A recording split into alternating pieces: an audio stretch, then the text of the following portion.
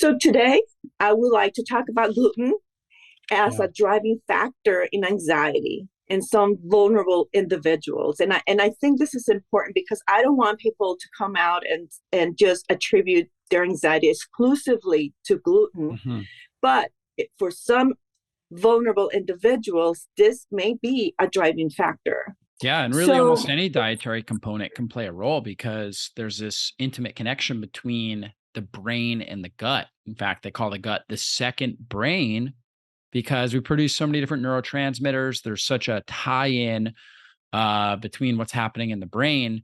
And, we've always used the term like, hey, trust your gut. It's like you kind of get a lot of sensory information from your gut that helps, that plays a role in what's happening there with your brain.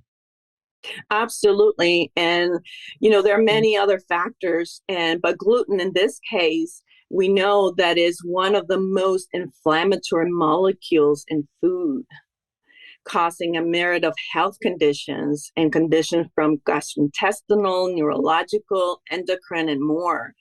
And basically, any tissue, any organ, any system can be affected by gluten. And it depends on what is your weakest link.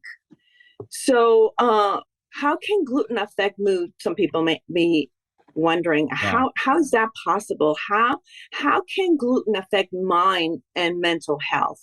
And you alluded to that connection. So let's dive into it. So at first glance, it seems like impossible or not plausible. How can a sandwich or a bowl of pasta cause anxiety to anyone? The logical thing would be to have an upset stomach or anything digestive, right? Yeah. Yeah, for sure. Exactly. And some people, obviously they develop celiac, for some people, they develop irritable bowel syndrome, they develop gas, bloating, constipation, inflammatory bowel syndrome, celiac, of course, when they're consuming gluten throughout their life and they're creating this inflammatory storm. But there's also non-celiac gluten sensitivity, NCGS. That's very common. And brain issues are really, really commonly associated as one of the symptoms where these people, they don't experience gut issues, but they experience other symptoms associated with chronic inflammation from the gluten that they're consuming. Absolutely. And we're going to get to that connection. Yeah. So, like we said, most people have gastrointestinal symptoms, like the symptoms that you mentioned, and yet there's another condition, like you mentioned, the gluten sensitivity or non-gluten celiac gluten sensitivity. And when you survey the literature, you will find, and this is so interesting, that 60 to 80% of the symptoms associated with gluten sensitivity are neurological in nature. I mean, that is Yeah. huge. And symptoms such as brain fog, epilepsy, ataxia, headaches, dizziness, numbness, and neuropathy, just to name a few, are some of the neurological symptoms that are associated with gluten sensitivity that is not celiac. That is huge.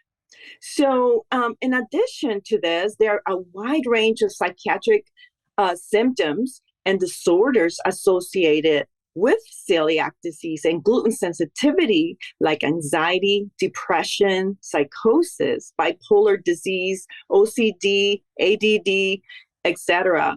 So, what is so interesting that many individuals that suffer from these symptoms and conditions did not know that they have an underlying gluten sensitivity or celiac disease until they eliminated gluten from their diet or underwent testing. Yeah. So there's that connection again with people that have that sensitivity and celiac. Now, how about if we talk about the brain gut axis and anxiety to put it all together?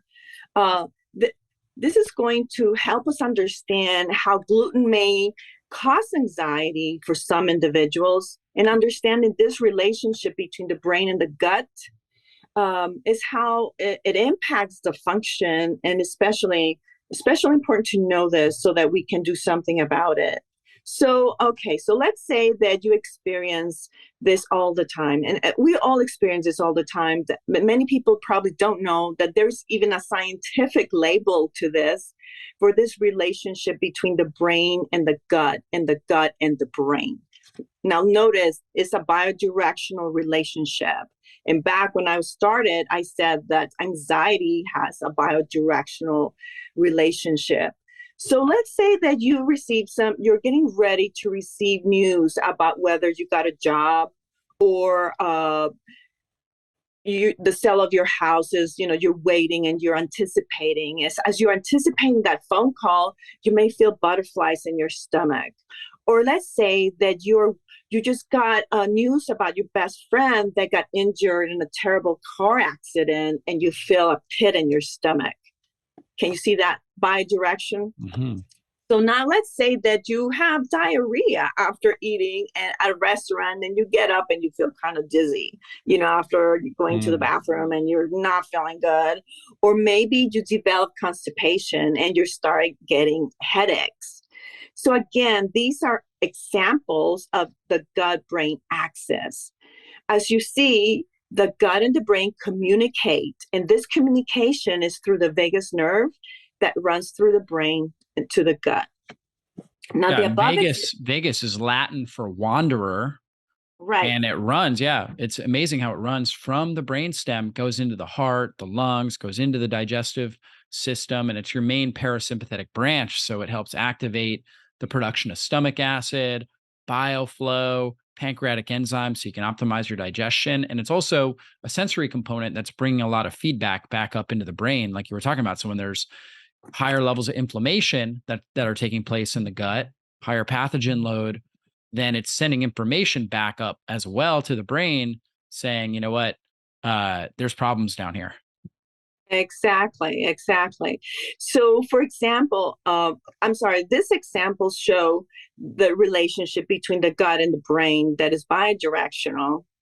And this affects the gut and the brain. And this is through the signaling done from the gut microbiota or the flora to the brain, and from the brain to the gut microbiota by means of neural, endocrine, and immune.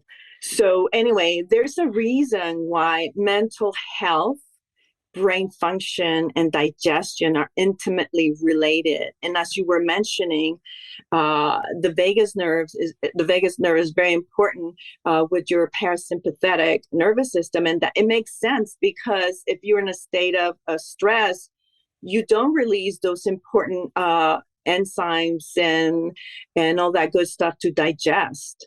And many, of Yeah. course, are familiar with, oh, I cannot digest my food because I'm so stressed. And but anyway, going on. So, and you mentioned in talking about the inflammatory component of gluten and other things that can inflame your gut. And I'm sure many of you are familiar with the saying gut on fire, brain on fire. Hmm. So, right? In other words, if we have inflammation in your gut, your brain will also be inflamed. And again, that's through that communication.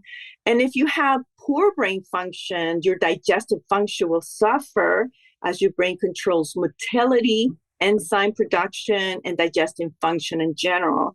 And this is so very important because many of us concentrate only on the gut for digestion, but our brain is also connected with our digestive function.